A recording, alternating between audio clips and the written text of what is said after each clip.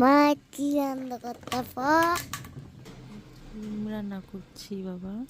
একটা ডিম দিবে আমি খাবো। দিব না, কিসের ডিম? মুরগির ডিম। ফটো করে কেন?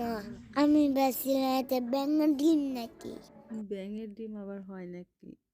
মুরগির ডিম। মুরগি আমার জন্য ডিম নিছে। হ্যাঁ, তোমার জন্যই তো দিছে।